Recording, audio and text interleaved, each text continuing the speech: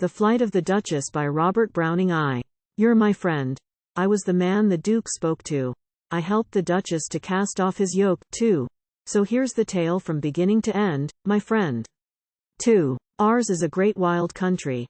If you climb to our castle's top, I don't see where your eye can stop, for when you've passed the cornfield country, where vineyards leave off, flocks are packed, and sheep range leads to cattle-tract, and cattle-tract to open chase, and open chase to the very base of the mountain where, at a funeral pace, round about, solemn and slow, one by one, row after row, up and up the pine trees go, so, like black priests up, and so down the other side again to another greater, wilder country, that's one vast red drear burned-up plain, branched through and through with many a vein whence iron's dug, and coppers dealt.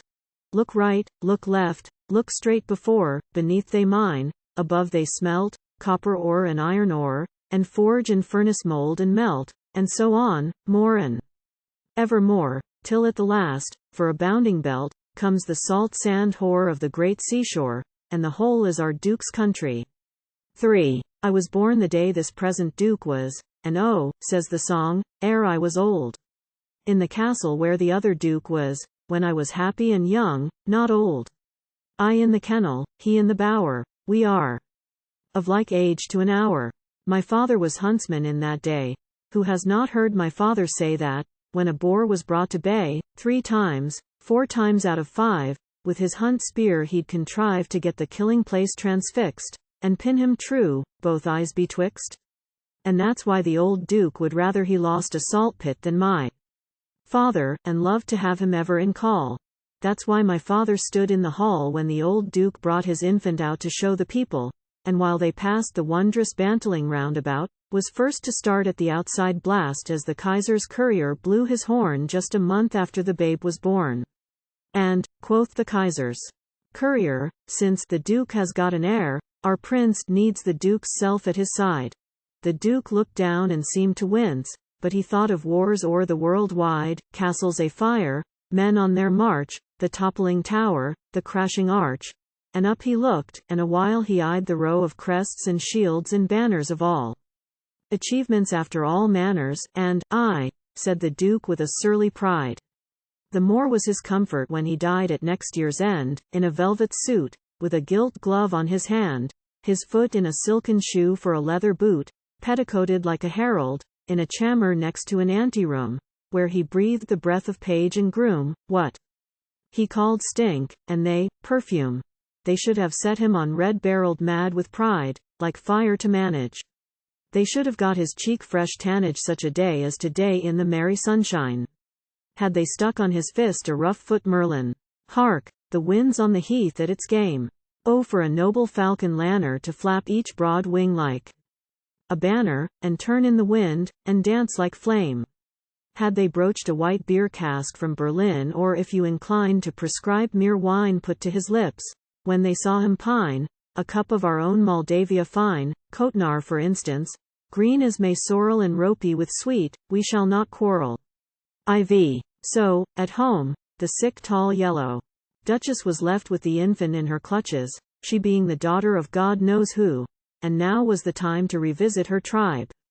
Abroad and afar they went, the two, and let our people rail and jibe at the empty hall and extinguished fire, as loud as we liked, but ever in vain, till after long years we had our desire, and back came the Duke and his mother again. And he came back the pertest little ape that ever affronted human shape, full of his travel, struck it himself.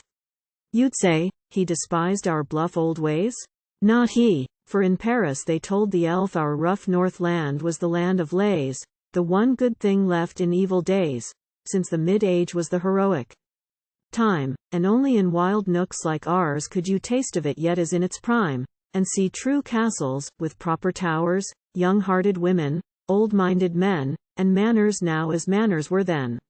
So, all that the old dukes had been, without knowing it, this Duke would fain know he was, without being it. 'Twas not for the joy's self, but the joy of his showing it, nor for the pride's self, but the pride of our seeing it. He revived all usages thoroughly worn out, the souls of them fumed forth, the hearts of them torn out, and chief in the chase his neck he periled on a Lethe horse, all legs and length, with blood for bone, all speed, no strength. They should have set him on red-barreled with the red eye slow consuming in fire, and the thin stiff ear like an abbey spire. Well, such as he was, he must marry, we heard, and out of a convent, at the word, came the lady, in time of spring. Oh, old thoughts they cling. That day, I know, with a dozen oaths I clad myself in thick hunting clothes fit for the chase of Euryx or buffle in wintertime when you need to muffle. But the Duke had a mind we should cut a figure, and so we saw the lady arrive. My friend, I have seen a white crane bigger. She was the smallest lady alive, made in a piece of nature's madness, too small, almost, for the life and gladness that overfilled her, as some hive out of the bear's reach. On the high trees is crowded with its safe merry bees. In truth, she was not hard to please. Up she looked, down she looked, round at the mead, straight at the castle. That's best indeed to look at from outside the walls. As for us, styled the serfs and thralls, she as much thanked me as if she had said it, with her eyes. Do you understand? Because I patted her horse while I led it, and Max, who rode on her other hand, said, no bird flew past but she inquired what its true name was, nor ever seemed tired if that was an eagle she saw hover, and the green and grey bird on the field was the plover. When suddenly appeared the Duke, and as down she sprung, the small foot pointed on to my hand, as with a rebuke, and as if his backbone were not jointed, the Duke stepped rather aside than forward, and welcomed her with his grandest smile, and, mind you, his mother all the while chilled in the rear, like a wind to norward, and up, like a weary yawn, with its pulleys went, in a shriek, the rusty portcullis, and like a glad sky the north wind sullies, the lady's face stopped its play, as if her first hair had grown grey, for such things must begin some one day. 7. In a day or two she was well again, as who should say, you labour in vain. This is all a jest against God, who meant, I should ever be, as I am, content, and glad in his sight, therefore glad I will be. So, smiling as at first when she 8. She was active, stirring, all fire, could not rest, could not tire, to a stone she might have given life. I myself loved once, in my day. For a shepherd's, miner's, huntsman's wife, I had a wife, I know what I say. Never in all the world such an one. And here was plenty to be done, and she that could do it, great or small, she was to do nothing at all. There was already this man in his post, this in his station, and that in his office, and the Duke's plan admitted a wife, at most, to meet his eye, with the other trophies, now outside the hall, now in it, to sit thus, stand thus, see and be seen, at the proper place, in the proper minute, and die away the life between. And it was amusing enough, each infraction of rule, but for after sadness that came, to hear the consummate self-satisfaction with which the young Duke and the old dame would let her advise, and criticize, and, being a fool, instruct the wise, and, childlike, parcel out praise or blame. They bore it all in complacent guise, as though an artificer, after contriving a wheel-work image as if it were living, should find with delight it could motion to strike him. So found the Duke, and his mother like him. The lady hardly got a rebuff that had not been contemptuous enough, with his cursed smirk, as he nodded applause, and kept off the old mother cat's claws. So, the little lady grew silent and thin, paling and ever paling, as the way is with a hid chagrin, and the Duke perceived that she was ailing, and said in his heart, 'Tis done to spite me, but I shall find in my power to right me. Don't swear, friend. The old one, many a year, is in hell, and the Duke's self, you shall hear. Well, early in autumn, at first winter warning, when the stag had to break with his foot, of a morning, a drinking hole out of the fresh tender ice that covered the pond, till the sun, in a trice, loosening it, let out a ripple of gold, and another, and faster, till, dimpling to blindness, the wide water rolled. Then it so chanced that the Duke our master asked himself what were the pleasures in season, and found, since the calendar bade him be hearty, he should do the middle age no treason in resolving on a hunting party. Always provided, old books showed the way of it. What meant old poets by their strictures? And when old poets had said their say of it, how taught old painters in their pictures. We must revert to the proper channels, workings in tapestry, paintings on panels, and gather up woodcraft's authentic traditions. Here was food for our various ambitions, as on each case, exactly stated to encourage your dog, now, the properest chirrup, or best prayer to St. Hubert. On mounting your stirrup we of the household took thought and debated. Blessed was he whose back ached with the jerkin his sire was wont to do forest work in. Blessed he who nobly sunk O's and ahs, while he tugged on his grandsire's trunk hose. What signified hats if they had no rims on, each slouching before and behind like the scallop, and able to serve at sea for a shallop, loaded with lacquer and looped with crimson? So that the deer now, to make a short rhyme on't, what with our venerers, prickers and yurderers, might hope for real hunters at length and not murderers, and the Duke's tailor he had a hot time on't. 11. Now you must know that when the first dizziness of flap hats and buff coats and jackboots subsided, the Duke put this question, the Duke's part provided, had not the Duchess some share in the business? For out of the mouth of 2 or 3 witnesses did he establish all fit or unfitnesses, and, after much laying of heads together, somebody's cap got a notable feather by the announcement with proper unction that he had discovered the lady's function, since ancient authors gave this tenet, when horns wind a mort and the deer is at siege, let the dame of the castle prick forth on her jennet, and, with water to wash the hands of her liege, in a clean ewer with a fair toweling, let her preside at the disemboweling.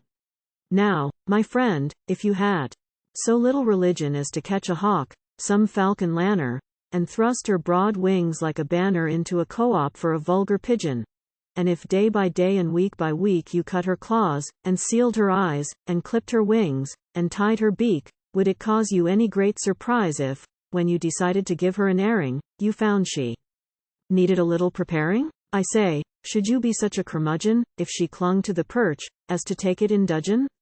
Yet when the Duke to his lady signified, just a day before, as he judged most dignified, in what a pleasure she was to participate, and, instead of leaping wide in flashes, her eyes just lifted their long lashes, as if pressed by fatigue even he could not dissipate, and duly acknowledged the Duke's forethought, but spoke of her health, if her health were worth aught, of the wait by day and the watch by night, and much wrong now that used to be right, so, thanking him, declined the hunting. Was conduct ever more affronting?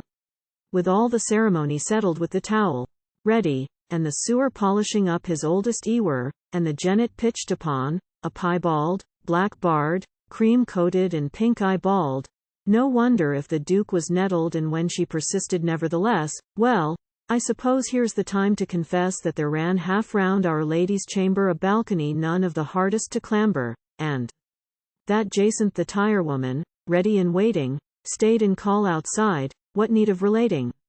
And since Jacynth was like a June rose, why, a fervent adorer of Jacynth of course was your servant, and if she had the habit to peep through the casement, how could I keep at any vast distance?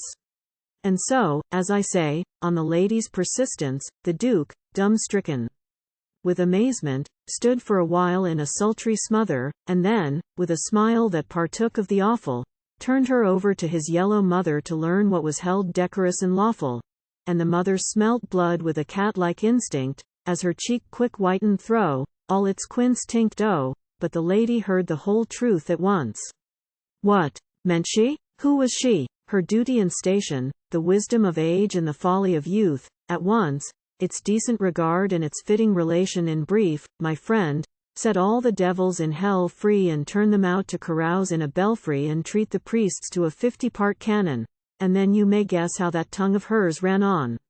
Well, somehow or other, it ended at last in, licking her whiskers, out she passed, and after her, making, he hoped, a face like Emperor Nero or Sultan Saladin, stalked the Duke's self with the austere grace of ancient hero or modern paladin, from door to staircase such a solemn unbending of the vertebral column. 12. However, at sunrise our company mustered, and here was the huntsman bidding on kennel, and there, 'neath his bonnet the pricker blustered, with feather dank as a bough of wet fennel, for the courtyard walls were filled with fog you might have cut as an axe chops a log like so much wool for color and bulkiness, and outrode the Duke in a perfect sulkiness, since, before breakfast, a man feels but queasily, and a sinking at the lower abdomen begins the day with indifferent omen. And lo, as he looked around uneasily, the sun ploughed the fog up and drove it asunder this way and that from the valley under, and, looking through the courtyard arch, down in the valley, what should meet him but a troop of gypsies on their march, no doubt with the annual gifts to greet him. 13. Now, in your land, gypsies reach you, only after reaching all lands beside. North they go, south they go, trooping or lonely, and still, as they travel far and wide, catch they and keep now a trace here, trace there, that puts you in mind of a place here, a place there. But with us, I believe they rise out of the ground, and nowhere else, I take it, are found with the earth tint yet so freshly embrowned, born, no doubt, like insects which breed on the very fruit they are meant to feed on. For the earth not a use to which they don't turn it, the ore that grows in the mountain's womb, or the sand in the pits like a honeycomb, they sift and soften it, bake it and burn it whether they weld you. For instance, a snaffle with sidebars never a brute can baffle, or a lock that's a puzzle of wards within wards, or, if your colt's 4-foot inclines to curve inwards, horseshoes they hammer which turn on a swivel and won't allow the hoof to shrivel. Then they cast bells like the shell of the winkle that keep a stout heart in the ram with their tinkle, but the sand they pinch and pound it like otters. Commend me to gypsy glassmakers and potters. Glasses they'll blow you, crystal clear, where just a faint cloud of rose shall appear, as if in pure water you dropped and let die a bruised black-blooded mulberry, and that other sort. Their crowning pride, with long white threads distinct inside, like the lake flower's fibrous roots which dangle loose such a length and never tangle, where the bold sword lily cuts the clear waters, and the cup lily couches with all the white daughters. Such are the works they put their hand to, the uses they turn and twist iron and sand to. And these made the troop, which our Duke saw sally toward his castle from out of the valley, men and women, like new-hatched spiders, come out with the morning to greet our riders. And up they wound till they reached the ditch, whereat all stopped save one, a witch that I knew, as she hobbled from the group, by her gait, directly, and her stoop, whom Jacinth was used to importune to let that same witch tell us our fortune. The oldest gypsy then above ground, and, sure as the autumn season came round, she paid us a visit for profit or pastime, and every time, as she swore, for the last time. And presently she was seen to sidle up to the Duke till she touched his bridle, so that the horse of a sudden reared up as under its nose the old witch peered up with her worn-out eyes, or rather eye-holes of no use now but to gather brine, and began a kind of level whine such as they used to sing to their viols when their ditties they go grinding up and down with nobody minding, and then, as of old, at the end of the humming her usual presents, were forthcoming a dog whistle blowing the fiercest of trebles, just a seashore stone holding a dozen fine pebbles, or a porcelain mouthpiece to screw on a pipe end, and so she awaited her annual stipend. But this time, the Duke would scarcely vouchsafe a word in reply, and in vain she felt with twitching fingers at her belt for the purse of sleek pine marten pelt, ready to put what he gave in her pouch safe, till, either to quicken his apprehension, or possibly with an after intention, she was come, she said, to pay her duty to the new Duchess, the youthful beauty. No sooner had she named his lady, than a shine lit up the face so shady, and its smirk returned with a novel meaning, for it struck him, the babe just wanted weaning. If one gave her a taste of what life was and sorrow, she, foolish today, would be wiser tomorrow, and who so fit a teacher of trouble as this sordid crone bent well nigh double? So, glancing at her wolfskin vesture, if such it was, for they grow so hirsute that their own fleece serves for natural fursuit, he was contrasting, 'twas plain from his gesture, the life of the lady so flower-like and delicate with the loathsome squalor of this hellicat. I, in brief, was the man the Duke beckoned from out of the throng, and while I drew near he told the crone as I since have reckoned by the way he bent and spoke into her ear with circumspection and mystery, the main of the lady's history, her frowardness and ingratitude, and for all the crone's submissive attitude I could see round her mouth the loose plaits tightening, and her brow with assenting intelligence brightening, as though she engaged with hearty good will whatever he now might enjoin to fulfill, and promised the lady a thorough frightening. And so, just giving her a glimpse of a purse, with the air of a man who imps the wing of the hawk that shall fetch the hernshaw, he bade me take the gypsy mother and set her telling some story or other of hill or dale, oak wood or fernshaw, to while away a weary hour for the lady left alone in her bower, whose mind and body craved exertion and yet shrank from all better diversion. 14. Then clapping heel to his horse, the mere curvetter, outrode the Duke, and after his hollow horses and hounds swept, huntsman and servitor, and back I turned and bade the crone follow. And what makes me confident what's to be told you had all along been of this crone's devising, is, that, on looking round sharply, behold you, there was a novelty quick as surprising. For first, she had shot up a full head in stature, and her step kept pace with mine nor faltered, as if age had foregone its usurpature, and the ignoble mien was wholly altered, and the face looked quite of another nature, and the change reached too. Whatever the change meant, her shaggy wolf skin cloak's arrangement, for where its tatters hung loose like sedges, gold coins were glittering on the edges, like the band roll strung with tamans which proves the veil a Persian woman's, and under her brow, like a snail's horns newly come out as after the rain he paces, two unmistakable eye points, duly live and aware, looked out of their places. So, we went and found Jacinth at the entry of the lady's chamber standing sentry. I told the command and produced my companion, and Jacinth rejoiced to admit any one, for since last night, by the same token, not a single word had the lady spoken. They went in both to the presence together, while I in the balcony watched the weather. 15. And now, what took place at the very first of all, I cannot tell, as I never could learn it.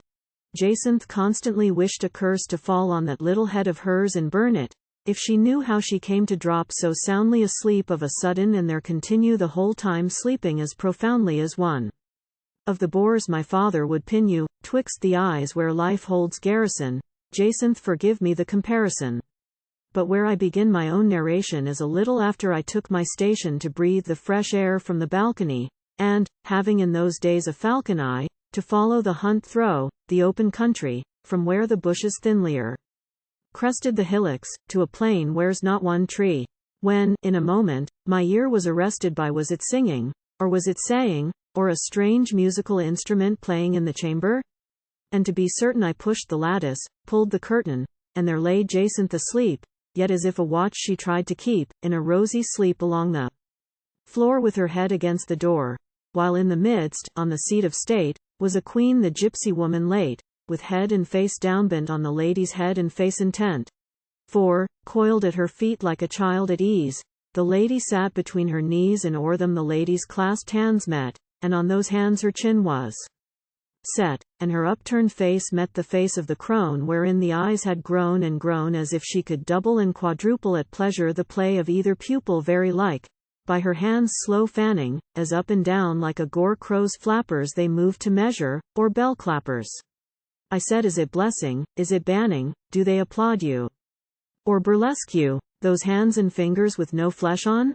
But, just as I thought to spring in to the rescue, at once I was stopped by the lady's expression. For it was life her eyes were drinking from the crone's wide pair above unwinking, life's pure fire received without shrinking, into the heart and breast whose heaving told you no single drop. They were leaving, life, that filling her, passed redundant into her very hair, back swerving over each shoulder, loose and abundant, as her head thrown back showed the white throat curving, and the very tresses shared in the pleasure, moving to the mystic measure, bounding as the bosom bounded. I stopped short, more and more confounded, as still her cheeks burned and eyes glistened, as she listened and she listened, when all at once a hand detained me, the selfsame contagion gained me, and I kept time to the wondrous chime, making out words and prose and rhyme, till it seemed that the music furled its wings like a task fulfilled, and dropped from under the words it first had propped, and left them midway in the world. Word took word as hand takes hand, I could hear at last, and understand, and when I held the unbroken thread, the gypsy said, and so at last we find my tribe. And so I set thee in the midst, and to one and all of them describe, what thou sightest and what thou didst, are long and terrible. journey through, and all thou art ready to say and do, in the trials that remain. I trace them the vein and the other vein, that meet on thy brow and part again, making our rapid mystic mark, and I bid my people prove and probe, each eye's profound and glorious globe, till they detect the kindred spark, in those depths so dear and dark, like the spots that snap and burst and flee, circling over the midnight sea. And on that round young cheek of thine, I make them recognize the tinge, as when of the costly scarlet wine, they drip so much as will impinge, and spread in a thinnest scale afloat, one thick gold drop from the olive's coat, over a silver plate whose sheen, still through, the mixture shall be seen. For so I prove thee, to one and all, fit, when my people ope their breast, to see the sign, and hear the call, and take the vow, and stand the test, which adds one more child to the rest, when the breast is bare and the arms are wide, and the world is left outside. For there is probation to decree, and many and long must the trials be, thou shalt victoriously endure, if that brow is true and those eyes are sure, like a jewel finder's fierce assay of the prize he dug from its mountain tomb. Let once the vindicating ray leap out amid the anxious gloom, and steel and fire have done their part, and the prize falls on its finder's heart. So, trial after trial past, wilt thou fall at the very last, breathless, half in trance, with the thrill of the great deliverance, into our arms forevermore. And thou shalt know, those arms once curled about thee, what we knew before, how love is the only good in the world. Henceforth be loved as heart can love, or brain devise, or hand approve. Stand up, look below, it is our life at thy feet we throw, to step with into light and joy. Not a power of life but we employ, to satisfy thy nature's want. Art thou the tree that props the plant, or the climbing plant that seeks the tree? Canst thou help us, must we help thee? If any two creatures grew into one, they would do more than the world has done. Though each apart were never so weak, ye vainly through the world should seek, for the knowledge and the might, which in such union grew their right. So, to approach at least that end, and blend, as much as may be, blend, thee with us or us with thee, as climbing plant or propping tree, shall some one deck thee, over and down, up and about, with blossoms and leaves. Fix his heart's fruit for thy garland crown, cling with his soul as the gourd vine cleaves, die on thy boughs and disappear, while not a leaf of thine is Sarah? Or is the other fate in store, and art thou fitted to adore, to give thy wondrous self away, and take a stronger nature's sway? I foresee and could foretell thy future portion, sure and well. But those passionate eyes speak true, let them say what thou shalt do. Only be sure thy daily life, in its peace or in its strife, never shall be unobserved. We pursue thy whole career, and hope for it, or doubt, or fear. Lo, hast thou kept thy path or swerved, we are beside thee in all thy ways, with our blame, with our praise, our shame to feel, our pride to show, glad, angry but indifferent. No. Whether it be thy law to go, for the good of us all, where the haters meet, in the crowded city's horrible street, or thou step alone through the morass, where never sound yet was, save the dry quick clap of the stork's bill, for the air is still, and the water still, when the blue breast of the dipping coot dives under, and all is mute. So, at the last shall come old age, decrepit as befits that stage. How else wouldst thou retire apart, with the hoarded memories of thy heart, and gather all to the very least, of the fragments of life's earlier feast, let fall through eagerness to find, the crowning dainties yet behind? Ponder on the entire past, laid together thus at last, when the twilight helps to fuse, the first fresh with the faded hues, and the outline of the whole, as round eve's shades their framework roll, grandly fronts for once thy soul. And then as, mid the dark, a gleam of yet another morning breaks, and like the hand which ends a dream, death, with the might of his sunbeam, touches the flesh and the soul awakes, then indeed something would happen. But what? For here her voice changed like a bird's, there grew more of the music and less of the words. Had Jacinth only been by me to clap pen to paper and put you down every syllable with those clever clerkly fingers, all I've forgotten as well as what lingers in this old brain of mine that's but ill able to give you even this poor version of the speech I spoil, as it were, with stammering more fault of those who had the hammering of prosody into me and syntax, and did it, not with hobnails but tin tacks. But to return from this excursion, just, do you mark, when the song was sweetest, the peace most deep and the charm completest, there came, shall I say, a snap and the charm vanished.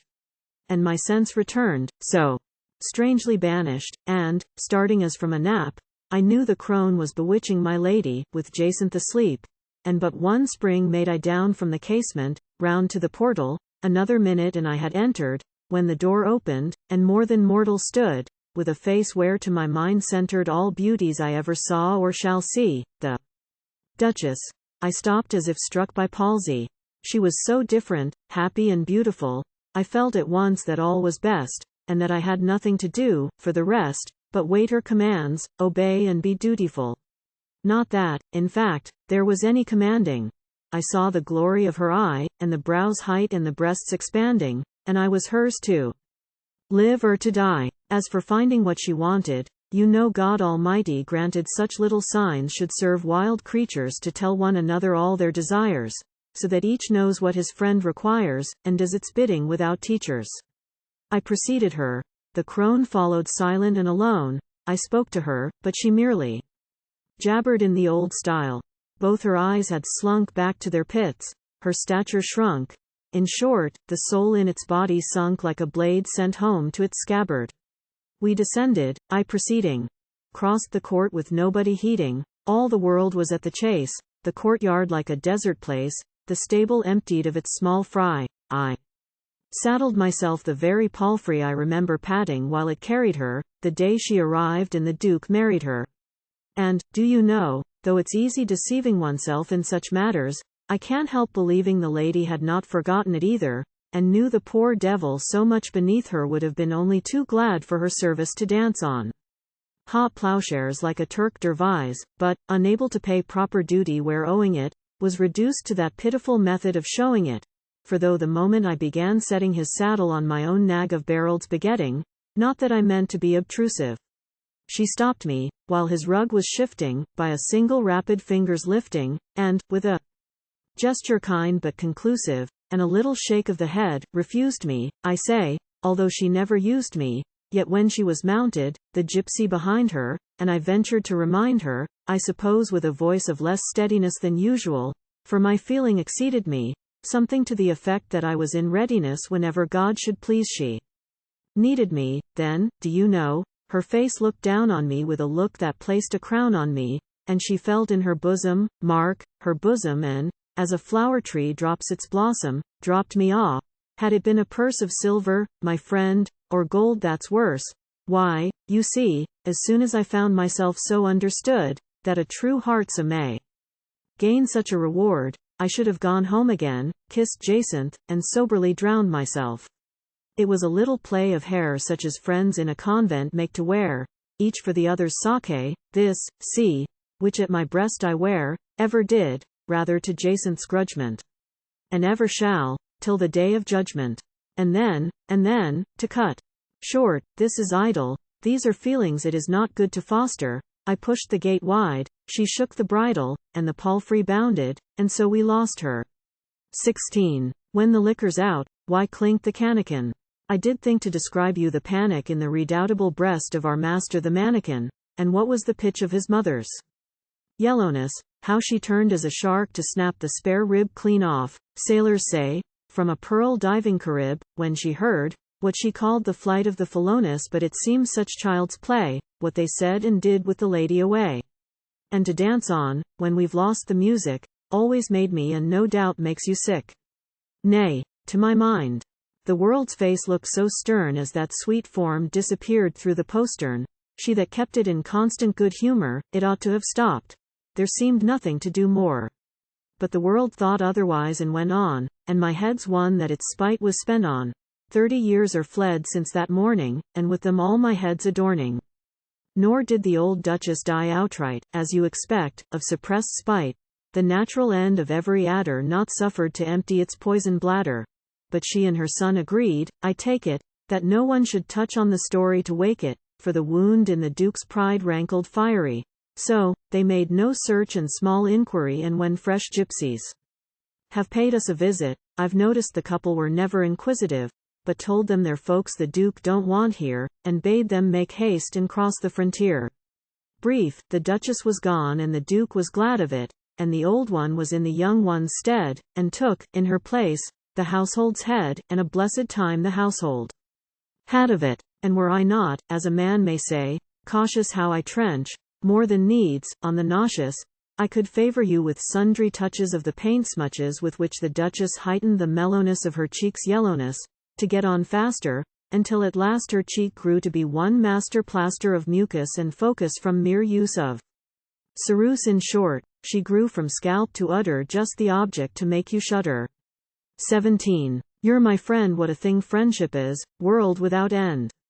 How it gives the heart and soul a stir up, as if somebody broached you a glorious runlet, and poured out, all love lily, sparklingly, sunlit, our green Moldavia, the streaky syrup, Kotnar. As old as the time of the Druids, friendship may match with that monarch of fluids. Each supples a dry brain, fills you its ins and outs, gives your life's hourglass a shake when the thin sand doubts whether to run on or stop short, and guarantees age is not all made of stark sloth and arrant ease. I have seen my little lady once more, Jacinth, the gypsy, barreled, and the rest of it, for to me spoke the Duke, as I told you before. I always wanted to make a clean breast of it, and now it is made. Why, my heart's blood, that went trickle, trickle, but anon, in such muddy driblets, is pumped up brisk now, through the main ventricle, and genially floats me about the giblets. I'll tell you what I intend to do. I must see this fellow his sad life through. He is our Duke, after all, and I, as he says, but a serf and thrall. My father was born here, and I inherit his fame, a chain he bound his son with. Could I pay in a lump I should prefer it, but there's no mind to blow up and get done with. So, I must stay till the end of the chapter. For, as to our middle-age manners adapter, be it a thing to be glad on or sorry on, some day or other, his head in a morion and breast in a hauberk, his heels he'll kick up, slain by an onslaught fierce of hiccup. And then, when red doth the sword of our Duke rust, and its leathern sheath lie o'ergrown with a blue crust, then I shall scrape together my earnings. For, you see, in the churchyard Jacinth reposes, and our children all went the way of the roses. It's a long lane that knows no turnings, one needs but little tackle to travel in. So, just one stout cloak shall I indue, and for a stall, what beats the javelin with which his boars my father pinned you? And then, for a purpose you shall hear. Presently, taking some Kotnar, a tight plump skinful, I shall go journeying, who but I, pleasantly. Sorrow is vain and despondency sinful. What's a man's age? He must hurry more, that's all. Cram in a day, what his youth took a year to hold. When we mind labor, then only, we're too old. What age had Methusalem when he begat Saul? And at last, as its haven some buffeted ship sees, come all the way from the north parts with spermoil. I hope to get safely out of the turmoil and arrive one day at the land of the gypsies, and find my lady, or hear the last news of her from some old thief and son of Lucifer, his forehead chapleted green with wreathy hop, sunburned all over like Enceithiop, and when my Kotnar begins to operate in the tongue of the rogue to run at a proper rate, and our wineskin, tight once, shows each flaccid dent, I shall drop in with as if by accident. You never knew, then, how it all ended, what fortune good or bad attended, the little lady your queen befriended. And when that's told me, what's remaining? This world's too hard for my explaining. The same wise judge of matters equine who still preferred some slim 4-year-old to the big-boned stock of mighty barreled, and for strong Kotnar drank French weak wine, he also must be such a lady's scorner. Smooth Jacob still robs homely Esau. Now up, now down, the world's one seesaw. So, I shall find out some snug corner under a hedge, like Orson the wood knight, turn myself round and bid the world good night, and sleep a sound sleep till the trumpet's blowing wakes me, unless priests cheat us laymen. To a world where will be no furtiner throwing pearls before swine that can't value them. Amen.